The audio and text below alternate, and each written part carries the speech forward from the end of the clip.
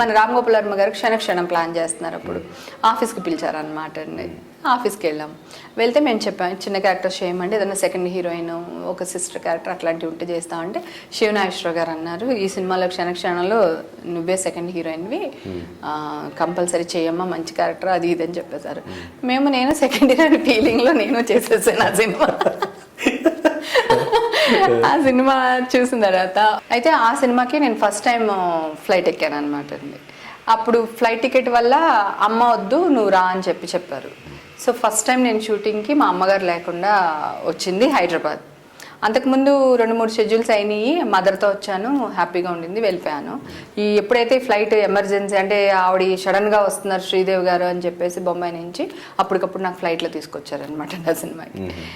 అయితే షూటింగ్ చేస్తుంటే రామ్ గోపాల్ వర్మ గారు ఇలా చూస్తున్నారు కళ్ళు పెట్టుకుని. ఆల్రెడీ నేను మెంటల్గా ఫిక్స్ అయ్యాను, ఎవడైనా మన నుంచి ఏదో ఒకటి ఎక్స్పెక్ట్ చేయకుండా ఎవడు ఏది చేయడం, దీంట్లో సెకండ్ హీరోయిన్ క్యారెక్టర్ ఇచ్చాడంటే వీళ్ళేం ఎక్స్పెక్ట్ చేస్తున్నారు. ఒక పక్కన మనసు ఎవ్వరూ నన్ను ఏం అనట్లేదు. కృష్ణవంశీ వీళ్ళందరూ చిన్నపిల్లలా చూస్తున్నారు. ఎందుకంటే నేను 7th డిస్కంటిన్యూ చేసి 13-14 ఇయర్స్ మధ్యలో క్షణం చేశానండి. నా వాయిస్ కానీ నా బాడీ లాంగ్వేజ్ కానీ తెలిసిపోతుంది. ఇప్పుడు మా అమ్మాయికి 15 ఇయర్స్ అండి, 10th చదువుతుంది.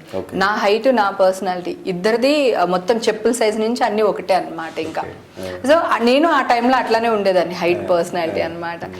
అయితే ఇంకా ఆయన అలా చూస్తే ఏడ్చేసాను. నేను వెళ్ళిపోయి వెనక్కి ఈ సీట్లోంచి లేచిపోయి వెనక్కి వెళ్ళిపోయి నేను చేయని ఈ సినిమా నేను వెళ్ళిపోతాను, మా అమ్మ కావాలి అని. శివరాజు గారు పిలిచి, పిచ్చిదానా ఇప్పుడు నువ్వు లేవు కదా సీట్లో, అయినా సరే ఆయన అక్కడే చూసి అనుకుంటున్నాడు, ఆయన ఏదో ఆలోచించుకుంటాడు తప్ప నీ గురించి కదే తల్లి నీకు దండం పెడతాను గమ్మునుండు అని మళ్ళీ చేయించాను. తర్వాత మేము సినిమా రిలీజ్ తర్వాత సెకండ్ హీరోయిన్ అన్నారు కదా అనుకుని సినిమా చూస్తే 4-5 సీన్స్ ఉన్నాయి నావి. ఇదేంటి సార్ సెకండ్ హీరోయిన్ అన్నారు కదా అంటే, అవును ఈ సినిమాలో నువ్వు శ్రీదేవి ఇద్దరే హీరోయిన్స్, శ్రీదేవి తర్వాత ఇంకెవరైనా ఉంటే చెప్పు అన్నాడు ఆయన. నిజంగా సినిమా మొత్తానికి నేను శ్రీదేవి ఇద్దరే అమ్మాయిలండి ఆ సినిమాకి.